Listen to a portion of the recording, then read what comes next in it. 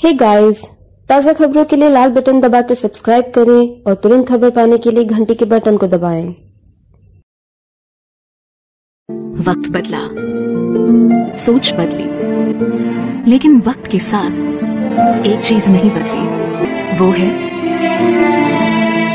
एक अटूट विश्वास खूबसूरती का, एक अनमोल रिश्ता खूबसूरती का। रतनलाल सी भावना ज्वेलर्स, जहां विश्वास ही परंपरा है। इस वक्त फिर से हैं हम धुलिया में और इस वक्त हमारे साथ मौजूद हैं भारत के राज्य संरक्षण मंत्री डॉक्टर सुभाष भामरे। धुलिया में बीजेपी की जो हालत है, वो बीजेपी की हालत क्या है, किस तरीके से है, उस हालत में कितना सुधार है और बीजेपी यहाँ पर कितनी स्ट्रांग है, ये बताने के लिए और ये पूछने के लिए हम यहाँ पे मौजूद हैं इनके साथ। सर, सबसे पहले तो इंडिया आप तक में आपका स्वागत है।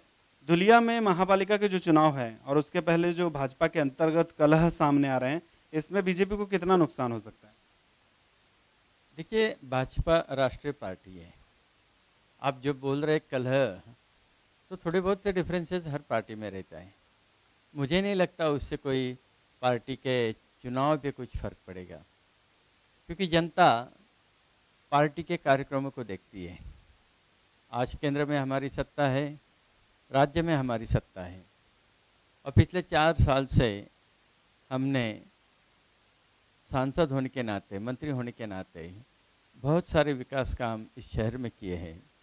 जैसे कि रेलवे का बड़ा प्रोजेक्ट मनमाड़ इंदौर रेलवे 9,000 करोड़ की लागत से उसकी टेंडर प्रोसेस शुरू हो गई है। मनमाड़ इंदौर रेलवे ये नई रेल लाइन है, इसके माध्यम से उत्तर महाराष्ट्र का विकास की गुंजाइश है। 40 साल से यहाँ के लोगों का इंतजार था और भारतीय जनता पार्टी के माध्यम से 2016 में मनमाड़ इंदौर रेलवे को मंजूरी भी मिली और उसके लिए जो भी फंड चाहिए थे, JNPT के माध्यम से हमारे राष्ट्रीय नेता आदरणीय गडकरी साहब के माध्यम से ये जो फंड की प्रोविजन भी हो गई है।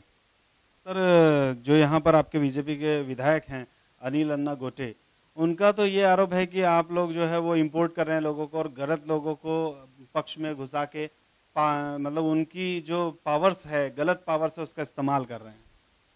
देखिए, कोई एक शख्स पार्टी के खिलाफ बोलता है वो कुछ मायने नहीं रखता है, क्योंकि कोई भी शख्स पार्टी से बड़ा नहीं होता। हम पार्टी के कार्यक्रमों पे विश्वास रखते हैं। कोई क्या बोलते हैं इससे कोई लेना देना नहीं। पार्टी अगर बढ़ाना है तो अच्छे लोग आते हैं, जीतने वाले लोग आते हैं, तो उनकी तरफ ध्यान दिया जाता है। ज़्यादातर हमारे यही पॉलिसी रही है। अगर किसी प्रभाग में हमारा पार्टी का निष्ठावंत कार्यकर्ता है और उसको जीतने की चांसेस है, तो उससे प्रेफरेंस दिया जाता है। अगर लगा हमें कि ये हमारा कार्यकर्ता यहाँ जीतने की उम्मीद कम है और बाहर का कोई जीतने इलेक्टिव मेरिट वाला हमें अगर मिलता है, तो हम उसे लेते हैं।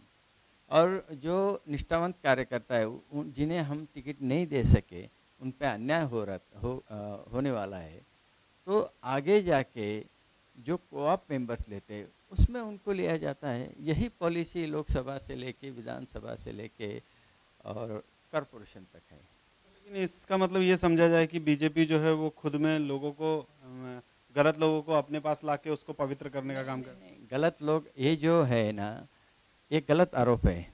हमने जो जिनको अभी पार्टी में प्रवेश दिया है वो गलत है, ये झूठ इल्ज़ाम है। ऐसा कुछ भी नहीं है, वो कार्यकर्ता ही है।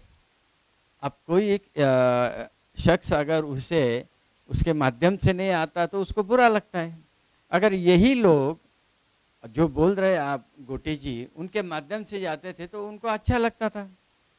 अब वो हमारे माध्यम से आ रहे हैं तो उनको लगता है कि ये गलत लोग हैं। आपके स्टैंडिंग विधायक जो है वो पार्टी के खिलाफ फिलहाल काम कर रहे हैं, इसका कितना नुकसान होगा? कुछ भी नुकसान नहीं होगा, क्योंकि पार्टी सबसे बड़ी होती है, कोई शख्स बड़ा नहीं रहता है। पार्टी सागर जैसा ही रहती है, हमारे जैसे बहुत सारे लोग रहते हैं। कल हम यहाँ पार्टी में रहे ना रहे, पार्टी की जो छवि है वो रहती है, ये राष्ट्रीय पार्टी है। तो कोई अगर शख्स बाजू में चला जाता है तो उसे कोई फर्क नहीं पड़ता। एक आखिरी सवाल, मंत्रियों को जिला बंदी करने की डिमांड चुनाव आयोग के पास की जा रही है, तो इस बारे में क्या बोलेंगे? अब इसके बारे में क्या बोले?